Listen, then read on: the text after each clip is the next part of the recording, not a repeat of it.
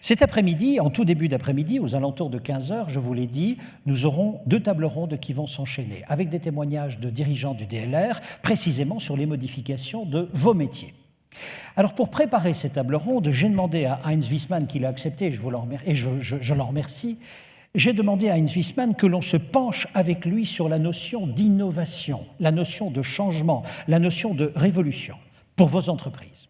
Et que, ce sera ma question, Heinz, l'innovation qui aujourd'hui est sur toutes les lèvres, qui permet à l'entrepreneur de penser que la pérennité de son entreprise est assurée dès lors qu'il tient une innovation concurrentiellement avantageuse par rapport à tous les autres, cette innovation, est-ce qu'elle a toujours existé dans l'esprit des hommes? Y a-t-il eu des stades qui conduiraient peut-être d'ailleurs ultimement à la fameuse phrase d'Einstein? Thierry, si tu permets, en réaction à ce qu'on a entendu tout à l'heure, j'ai envie de raconter quelque chose qui correspond exactement à ce décalage qui s'est produit avec l'arrivée des nouvelles technologies. Il y a une cinquantaine d'années, c'est-à-dire quelque chose comme plusieurs siècles, j'ai essayé de retaper une maison dans le Périgord dont le toit était effondré. Et je devais acheter dans une scierie les morceaux de bois qu'il me fallait. Par exemple, pour les chevrons, c'était des planches de 2 mètres de long, de 2 cm d'épaisseur, de 10 de largeur. J'ai expliqué 10 fois au type de la scierie ce que je voulais. Je ne maîtrisais pas très bien le français en plus. À un certain moment, il m'a regardé et il m'a dit « C'est des bordelaises qu'il vous faut ?» Le changement de registre correspond à ce que nous appelons aujourd'hui la société de la connaissance. C'est-à-dire, maintenant, j'irai effectivement dans les encyclopédies de bricolage d'abord, sur Internet ensuite, pour pouvoir me présenter à celui à qui je veux acheter quelque chose avec l'autorité d'une connaissance. Cette évolution-là constitue-t-elle un progrès ou est-ce seulement une innovation qui va être remplacée par d'autres innovations? C'est peut-être cette question qui fait lien avec ce qu'on a entendu tout à l'heure. Donc je vais partir de ta question. L'innovation, la nouveauté, a été pendant des millénaires plutôt un sujet d'angoisse et de rejet qu'un sujet de séduction et de satisfaction. Toutes les sociétés traditionnelles se caractérisent, c'est pour ça qu'elles s'appellent traditionnelles, par le souhait de désamorcer le nouveau en le présentant comme le retour cyclique de l'ancien. On est dans un univers dans lequel tout ce qui frappe par son caractère inédit doit être interprété à la lumière de ce qui a déjà été vécu comme une réédition de l'ancien. Et à cela servent des corporations de sages, et ça, c'est aussi bien au Japon qu'en Afrique, dans toutes les sociétés traditionnelles, on a ce type de personnages qui détiennent d'une certaine manière la légitimité intellectuelle de la tribu, car il sert essentiellement à enlever la peur du nouveau. Et la vraie question qui se pose, puisque nous sommes épris de nouveautés, la vraie question qui se pose, c'est à quel moment a-t-on jeté un autre regard sur le nouveau? C'est une rupture tout à fait datée qui se produit dans un endroit tout à fait précis, à savoir en Europe.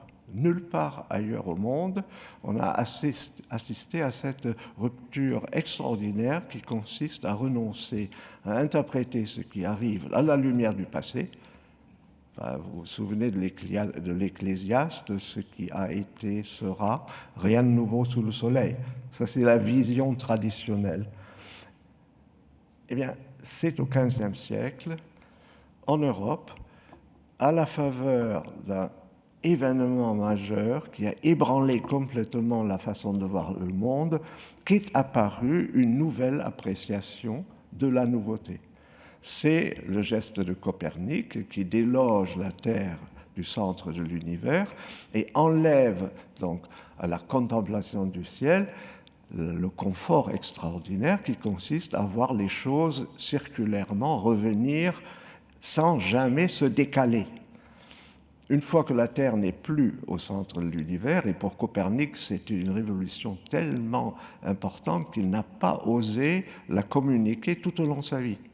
C'est après sa mort seulement qu'on s'est emparé de cette affaire et qu'on a essayé de mettre un peu d'ordre dans ce qui maintenant apparaissait comme la prolifération d'un désordre. Ça, c'est Kepler qui fait des calculs pour voir comment évolue cet univers décentré.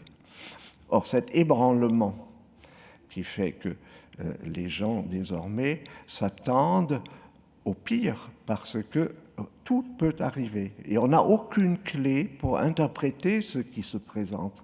Ça pourrait être l'avant-goût de la catastrophe, ça pourrait être quelque chose qui annonce le pire. Eh bien, pour conjurer cette angoisse du nouveau, on invente l'utopie. En 1516, quelqu'un que vous connaissez, Thomas More, le chancelier anglais qui a été décapité, invente le mot utopie dans un texte qui est devenu célèbre et qui deviendra le modèle de toutes les utopies qui vont s'égrener au long des siècles des Lumières. Et la dernière en date, c'était le communisme. En quoi consiste une utopie ? Une utopie consiste à déplacer le sens de ce qui arrive du passé, puisque dans les sociétés traditionnelles, c'est le passé qui fournissait la clé de ce qui arrive, de déplacer cela vers le futur. On fixe d'une certaine manière un terme de l'aventure humaine, où topos en grec veut dire n'a pas lieu ou pas lieu. D'une certaine manière, c'est la chose qui n'a pas encore lieu, mais qui devra se réaliser. Et grâce à cette projection dans l'avenir, on dispose d'un critère nouveau pour apprécier le sens de ce qui se passe. Et ce critère est le progrès. Aucune société traditionnelle ne connaît la notion de progrès. Lorsque, dans ces sociétés anciennes, on assiste à un progrès technologique, parce qu'il y a du progrès vu avec nos yeux aussi dans les sociétés traditionnelles. Eh bien, ces sociétés interprètent le progrès non pas comme une innovation, mais comme la redécouverte d'une perfection oubliée. C'est ça le sens du mythe de l'âge d'or. Tout a été parfait dans le passé, à la suite de catastrophes, genre de tsunami, ou ça peut être aussi éruption de volcan, le feu ou l'eau joue un rôle majeur, eh bien l'humanité perd régulièrement la connaissance parfaite qu'elle avait déjà dans le passé et elle reconquiert cette connaissance étape par étape. Ce n'est pas la conquête du nouveau, c'est la reconquête de l'ancien. À partir du XVIe siècle, c'est-à-dire à partir du moment où on a cette utopie comme point d'ancrage de l'aventure humaine dans le futur, eh bien on dispose d'un autre critère qui est le progrès pour donner un sens à ce qui se passe. Résultat, il y a un terme que l'on retrouve jusque dans les propos de l'héritier de la dernière utopie qui était le communisme, le secrétaire général de la CGT, c'est le mot « avancé ». Le mot « avancé » fait signe vers l'idée de progrès, et lorsqu'on argumente en termes d'avancée et de recul, ou défense d'avantages acquis, etc., on se place logiquement dans cette perspective utopique qui est celle des Lumières européennes. Car les Lumières européennes, c'est les progrès des sciences et des techniques qui devaient, en principe, résoudre la difficulté que l'humanité rencontrait sur Terre, lui apporter confort, prospérité, sinon bonheur. Cette perspective du progrès subordonne donc l'innovation à l'avancée. Une innovation ne peut être reconnue comme valable que dans la mesure où elle est au service du progrès. Le progrès étant la clé pour permettre de comprendre le sens du nouveau. Eh bien, la question qui surgit est la suivante. Est-ce que toute innovation est subordonnée au progrès? Ou existe-t-il des innovations qui sont des innovations pour elles-mêmes, c'est-à-dire pour le plaisir d'innover ou pour l'énergie qui s'investit dans le nouveau, sans que cela signifie nécessairement qu'on ait accompli un progrès? Il est incontestablement vrai, et c'est un peu la formule à partir de laquelle je suis parti, que toute innovation, non, que tout progrès repose sur des innovations, mais que toute innovation ne signifie pas progrès. Ce décalage mérite qu'on s'y arrête un instant. Parce que comment l'innovation a-t-elle pu s'émanciper du progrès? Pendant des siècles, depuis 1516, depuis la première utopie, l'innovation a toujours été ramenée à la notion de progrès. À partir de quel moment et pour quel motif a-t-on découplé le progrès et l'innovation? Cela encore se produit à une date précise, dans un contexte précis, en Europe. C'est au XIXe siècle, et on peut revenir sur les causes de cette séparation, c'est au XIXe siècle que, soudain, surgissent dans la population qui est encore éprise de progrès. C'est la population de la grande révolution industrielle, c'est la population qui connaît les premières fortunes marchandes et autres, c'est l'époque du chemin de fer naissant. Eh bien, apparaissent des gens étranges qui s'insurgent contre l'idée de progrès. Pour une raison très simple, c'est que si je place mon existence dans la perspective de progrès, eh bien, ceux qui viendront après moi vivront mieux que moi. Je deviens une sorte de témoin, enfin, je passe le témoin à une génération qui connaîtra, selon la formule consacrée, les lendemains qui chantent ou l'avenir radieux. Eh bien, au milieu du XIXe siècle, dans les pays les plus avancés, qui étaient l'Angleterre et la France, surgissent simultanément des gens qui dénoncent le progrès comme une forme de supercherie. Donc, ce qui avait été pendant plusieurs siècles la clé qui permettait d'apaiser les consciences face à la nouveauté devient maintenant quelque chose qu'il faut absolument abandonné. Et cette génération, on la va surgir, alors pour la France, c'est tout à fait saisissant, dans les romans de Balzac. Vous trouvez les témoignages de cette impatience qui habite cette génération, qui ne voudrait plus être dans le déploiement de ses talents, etc., au service du progrès. Elle voudrait, en réalisant ce qu'elle avait la capacité de réaliser, vivre pleinement le présent. Et nous avons soudain un troisième modèle, le modèle des sociétés traditionnelles, tiré du passé, le sens de ce qui arrivait, les sociétés modernes tiraient, et tirent encore dans une certaine mesure, le sens de ce qui arrive du futur, dans la mesure où c'est du progrès, et que l'avancée, c'est un sens qu'on peut donner aux événements. Mais là surgit une population qui aujourd'hui est désignée par le terme de postmoderne, parce qu'elle sort de la modernité de progrès. Elle vise autre chose. Elle vise ce que les héritiers de ces gens du XIXe siècle, qui ont d'ailleurs ressurgi un siècle plus tard sur les campus de Berkeley, ce que ces populations exprimaient par le slogan « Paradise Now ». Dans une perspective de progrès, vous ne pouvez pas réclamer le paradis tout de suite. Or, ces gens-là veulent le paradis tout de suite. Or, le paradis tout de suite, c'est une perfection accessible dans le présent. Comment font-ils?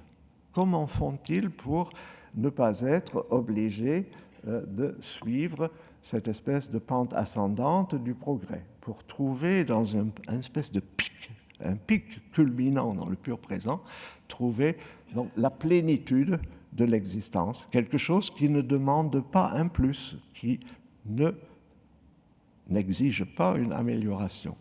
Eh bien, ces gens-là vont produire des ruptures, c'est-à-dire pour intensifier le présent, ils vont briser des continuités et des routines. Et pour commencer, ils vont briser la continuité la plus visible, qui est la continuité du vêtement. Ce sont des gens qu'on appellera des dandys en Angleterre. En France, c'est la bohème. Ce sont des gens qui s'appellent artistes et qui se promènent avec un étrange accoutrement. C'est ce changement d'apparence, d'une certaine manière, qui produit la volupté, qui donne à l'instant cette intensité qu'on recherche. Maintenant, ce geste va se répéter et s'approfondir et va donner les grandes avant-gardes artistiques de la fin du XIXe siècle. Ça doit vous frapper jusqu'à aujourd'hui. Pour être un grand artiste, être reconnu sur le marché de l'art, il faut faire une chose inédite. Il ne faut surtout pas vouloir perfectionner ce que des gens avant vous ont fait. Il faut essentiellement s'inscrire dans un geste critique de refus, de dépassement, de déconstruction, etc. Ce sont des œuvres de ce type que M. Pinault collectionne et installe par souci de provocation à Venise devant le Palazzo Grassi, où il a sa collection. C'est quelque chose de radicalement différent que de vouloir, grâce au mouvement du progrès, parvenir à ce qui est mieux. Là, il ne s'agit pas de mieux, il s'agit uniquement de ce qui est plus intensément vécu. J'espère que c'est compréhensible, c'est la naissance de la mode. Jusque-là, le vêtement était statutaire. On portait les vêtements selon la classe sociale ou les vêtements de travail qui étaient adaptés à la tâche. Personne n'avait l'idée, on pouvait enjoliver, mettre des petits rubans, on pouvait évidemment jouer, encore que, sur la couleur, mais c'est seulement à partir du XIXe siècle qu'apparaît cette chose qui nous paraît tellement familière, qui est la mode, qui fait que le changement est un changement pour le changement. Lorsque la jupe remonte, je m'excuse, et lorsque la jupe descend, on n'a pas affaire à un progrès. Mais on a affaire à quelque chose, enfin il y a des hommes qui m'ont dit parfois, mais ça dépend, mais non, on n'a pas affaire à un progrès, on a affaire à quelque chose qui est destiné à intensifier le plaisir du moment. La prolifération des magasins de fringues dans nos villes est une sorte de témoignage. J'essaye parfois de m'imaginer quelqu'un qui aurait vécu au XVIIIe siècle, se promène dans nos villes, il ne comprend pas à quoi rime cette extraordinaire profusion de variantes concernant l'habillement. Eh bien, c'est un des témoins de cette transformation radicale qui a été, je dois dire, très bien étudié par Luc Ferry dans un ouvrage qui n'est pas l'un de ces ouvrages qui se vendent, qui porte le titre « L'invention de la vie de bohème ». Je vous le recommande vivement, c'est aux éditions Le Cercle de l'Art, c'est richement illustré. Et en le feuilletant, j'ai eu la surprise tout à fait éclairante de voir parmi les portraits des gens du XIXe siècle qui voulaient donc le présent à la place du futur, qui allaient dans le sens de Paradise Now, il y a la tête de Cohn-Bendit, et au premier regard, on se dit c'est la même tête. C'est-à-dire les gens qui s'insurgeaient contre l'ordre admis, qui était soumis au diktat du progrès, se laissaient pousser les cheveux. C'est une forme de protestation qu'on rencontre chez les jeunes quand ils s'insurgent contre. Moi, je l'ai fait aussi. Et donc, se laisser pousser les cheveux, ça donne un genre qui, d'ailleurs, parmi club qu'on trouve dans Balzac se rencontrent, c'est le club des hirsutes. Et le club des hirsutes, c'est intéressant, c'est un club qui rivalise avec un autre club qui s'appelle les incohérents.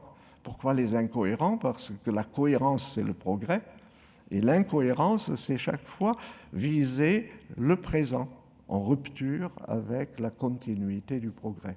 Et puis, il y a plus clairement encore le club des je m'en foutistes. On ne saurait pas être plus clair dans la dénonciation de la notion de progrès, les je m'en foutistes. Bon, ça c'est Luc Ferry qui l'a parfaitement analysé, documenté, je ne vais pas m'y attarder. Mais la question qui me taraude depuis si longtemps est la suivante. Est-ce que, lorsqu'apparaît cette revendication de la nouveauté pour la nouveauté, c'est-à-dire de l'innovation comme geste plus important que celui qui permet d'avancer en direction d'une utopie et de réaliser les promesses d'un progrès. Qu'est-ce qui se passe exactement lorsque ça se sépare? Et très souvent, je pense à la blague de Coluche, qui était vraiment quelqu'un d'assez intelligent sous ses dehors grossiers. Vous vous souvenez qu'à un certain moment, il s'est interrogé sur les conséquences du slogan publicitaire que, je ne sais pas quelle lessive, je ne la mentionne pas, lave plus blanc que blanc. Lorsque vous avez la promesse d'une lessive qui lave plus blanc que blanc, vous ne pouvez plus présenter à l'avenir la même lessive comme améliorée, car le sommet de l'amélioration aura été atteint. Et le Coluche de dire, il faut vendre la lessive sous le nom de Nouvelle Homo. Alors maintenant, si vous dressez l'oreille, la Polo, eh bien c'est la nouvelle Polo qu'on va vous vendre, mais elle est simplement la même, habillée autrement. Et on retrouve le principe de drogue, de mode. Pardon. Drogue, ça me vient parce que ça, c'est l'autre aspect de l'affaire. Parmi les gestes possibles pour magnifier le présent, sans qu'on ait à faire un effort qui conduit à ce mieux qu'on attend du présent, eh bien, on prend de la drogue. Or, toutes ces personnes qui, au XIXe siècle, revendiquaient l'intensité du présent, faisaient, comme les étudiants hippies de Berkeley, l'apologie de la drogue. La drogue était devenue d'une certaine manière l'emblème de cette accession immédiate au sommet de la jouissance. Je suis tenté de faire un lien entre la promesse que contient la drogue, mais aussi le désarroi que provoquent les prises répétées et de plus en plus augmentées, désarroi qu'on appelle manque, de faire un lien entre cela et ce qui se produit dans une société où on cherche constamment, par des innovations pures, déconnectées de toute idée de progrès, de stimuler le désir. Le désir, par exemple, de s'acheter une paire de chaussures, ou le désir qui peut prendre la forme d'un changement de partenaire. Je m'excuse, mais il faut en effet parler un peu sexualité, puisque c'est là que cette intensité que promet le changement apparaît le plus clairement. Je vous raconte une histoire. Il y a quelque temps, j'étais invité au congrès de la Fédération européenne d'électroménager, présidé par le président Whirlpool France. Et ce monsieur est venu me voir avant et il m'a dit, écoutez, avant qu'on commence à discuter, j'aimerais vous poser une question. Selon vous, qui ne connaissez rien à notre métier, comme ça, spontanément, quelle est la meilleure stratégie économique? Concevoir des machines à laver qui cassent à une date fixée à l'avance, ce qu'on appelle obsolescence programmée. Je peux dire ringardisation, en appliquant le principe de la drogue, je dis drogue, de la mode. C'est-à-dire, il y a des chaussures qu'on ne peut plus mettre alors qu'elles sont tout à fait utilisables parce qu'ils sont ringardisés. Ça, c'est le principe de l'obsolescence programmée. qui est un principe intéressant parce que ça fait qu'on est obligé d'acheter constamment de nouvelles formes de production, quelles qu'elles soient. Eh bien, M. Whirlpool me dit, il existe des fabricants, comme traditionnellement Miele, l'allemand Miele, qui mettent sur le marché des machines qui ne cassent pas. En principe, ne cassent pas, sont conçues pour ne pas être remplacées et qui coûtent évidemment plus cher. Eh bien, il me dit, si on table sur le modèle économique de Miele, il faut être certain que tout le monde préfère rester avec son épouse plutôt que de changer de partenaire. Et donc, à l'arrière-plan, il y a quelque chose qui correspond à la satisfaction du désir. Or, quel est le désir dominant? Ou bien, le désir nous porte à vouloir le mieux. Dans ce cas, nous sommes dans la perspective du progrès. Et Dieu sait que cette perspective est toujours présente. Mais le processus économique tel qu'il a été lancé au milieu du XIXe siècle est un processus dans lequel peu à peu l'innovation l'emporte, me semble-t-il, sur la satisfaction de progresser, le progrès étant d'une certaine manière trop lent pour garantir un retour rapide sur investissement. Et ça se vérifie dans nos systèmes d'éducation, dans lesquels tout ce qui demandait de la patience, tout ce qui demandait des investissements d'énergie afin d'améliorer les connaissances, et je dis bien d'améliorer, est remplacé par l'accumulation de tout ce qui peut s'ajouter à ce qui est déjà là, avec le résultat que les enfants ne sont parfois pas convaincus que l'effort vaille la peine, parce que toutes ces informations qu'on les oblige à ingurgiter, ils les trouvent sur un cerveau externe, un disque dur, quel qu'il soit. Je vois mes propres enfants qui vont sur Wikipédia ou que sais-je, quand il y a des devoirs à faire. Mais la possibilité d'investir dans un développement qui est une amélioration de ce qu'on est capable de penser, de faire, être inventif, par exemple, dans le meilleur sens du terme, eh bien, ça risque d'être négligé si on réduit l'innovation au simple fait séduisant de la nouveauté. C'est à partir de là que j'ai envie de jeter un coup d'œil rétrospectif sur ce que nous avons entendu tout à l'heure. Parce que la description de la rencontre entre le nouveau consommateur et le nouveau vendeur me paraît tout à fait pertinente. C'est-à-dire, le nouveau consommateur ne va plus être, comme moi, complètement désarmé devant un technicien ou un artisan compétent quand il veut acheter une planche de bois.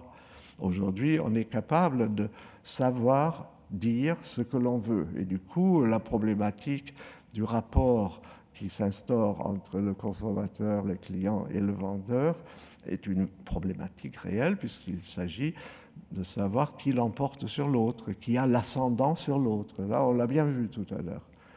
Maintenant, ce jeu-là, qui est incontestablement le jeu qui se joue actuellement, se joue au nom de quoi? Est-ce que ça se joue au nom du mieux ou est-ce que ça se joue au nom de la séduction du nouveau? Parfois, aujourd'hui encore, les deux vont ensemble. Il ne faut pas du tout faire comme si l'innovation et le progrès est définitivement divorcé. Mais il y a des situations, et ce sont des situations de vente, je trouve, de plus en plus fréquentes, dans lesquelles l'argument de vente est plutôt la nouveauté que l'amélioration. Mais quelle est dans ce cas la nature de l'ascendant du vendeur sur celui qui vient avec une connaissance du produit?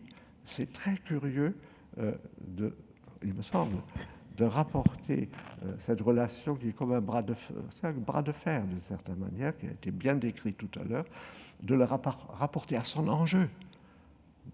Bon, l'enjeu premier, c'est de vendre Mais du point de vue du consommateur, l'enjeu n'est pas seulement d'être l'objet d'une initiative de vente, mais d'obtenir quelque chose dont il a envie. Bon, quelle est la nature de l'envie? Est-ce que c'est l'envie du nouveau ou est-ce que c'est l'envie du mieux? C'est autour de cette question, à mon avis, qu'on peut prolonger la réflexion entamée ce matin.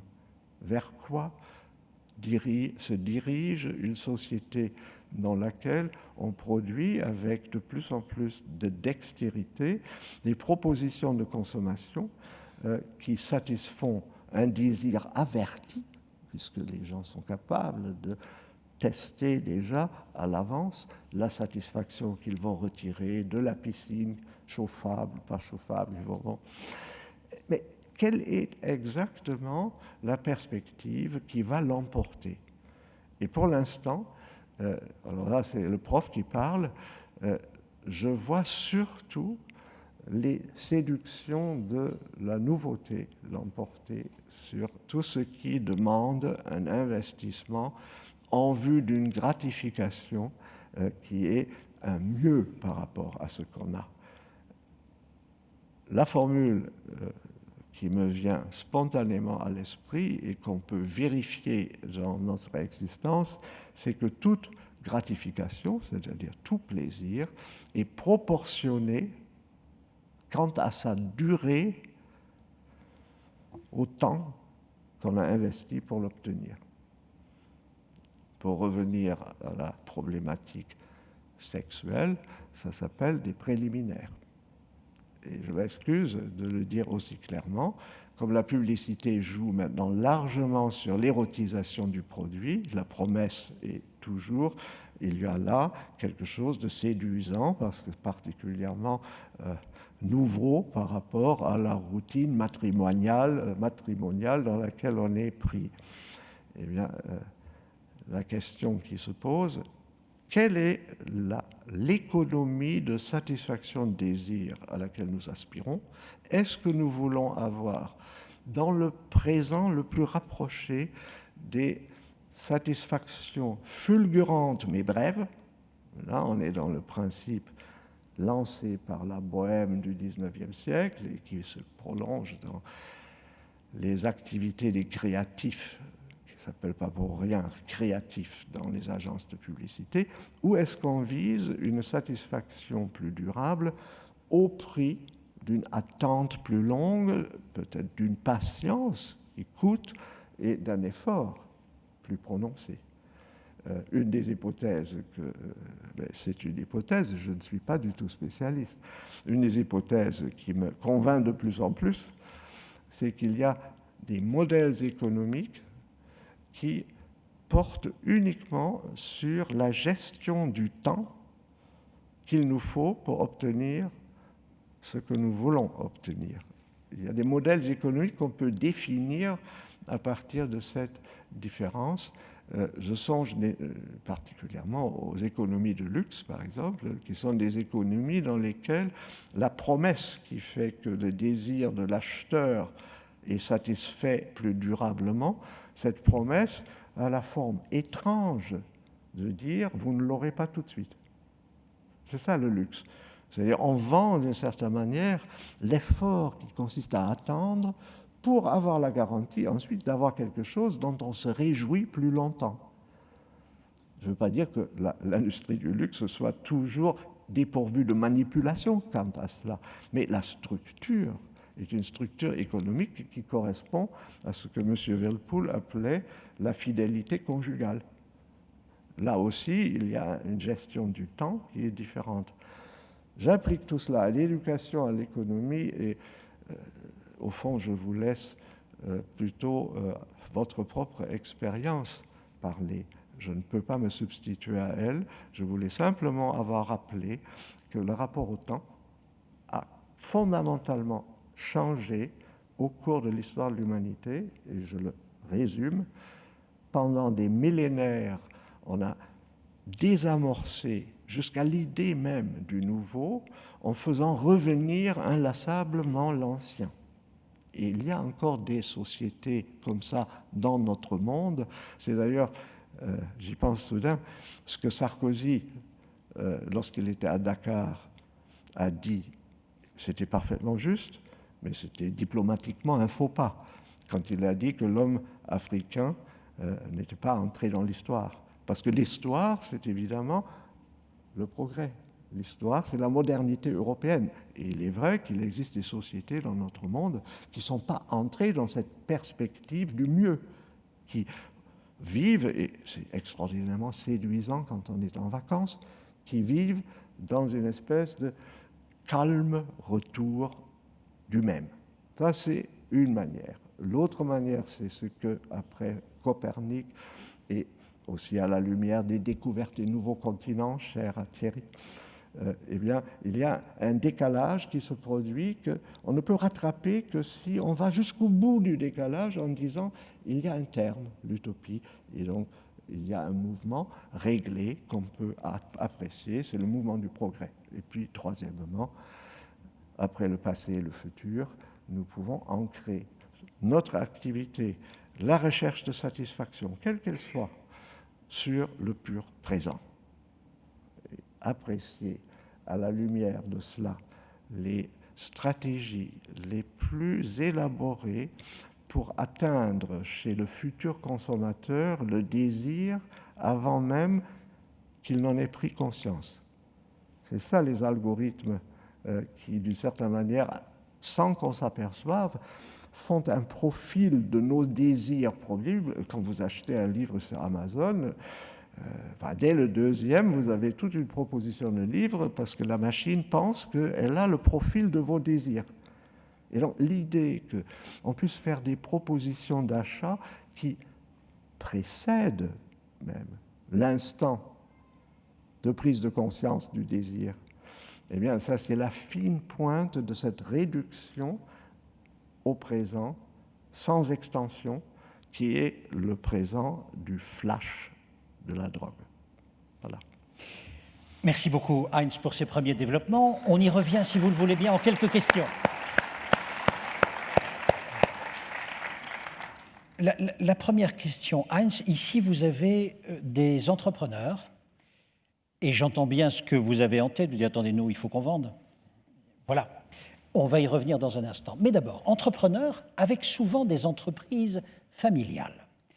Vous avez dit il y a plusieurs modèles qui permettent de donner finalement à l'innovation un sens tiré vers le progrès, ou en tous les cas un rapport au temps différent. L'entreprise familiale n'est-elle pas aussi l'un de ces modèles, dans la mesure où ce qu'elle propose, c'est boulanger de père en fils depuis 1890, elle vend son temps, elle vend cette expérience longue, ce qui ne l'empêche pas d'être à la pointe d'un progrès ou même d'une innovation sans progrès. Est-ce que l'entreprise familiale est pour vous un modèle ? Absolument. Moi, je pense à l'entreprise patrimoniale, en fait. Je travaille parfois dans les clubs APM, et il y a un club très huppé qui se réunit au Pré-Catelan dans le Bois de Boulogne à Paris. Et ce sont que des représentants de ces entreprises qui ne sont pas des petites ni des moyennes, mais qui sont juste au-dessus des moyennes. Patrimoniales, ça veut dire que ce sont les entreprises qui, de certaine manière, blindent leur capital dans l'esprit d'une transmission qu'il faut assurer.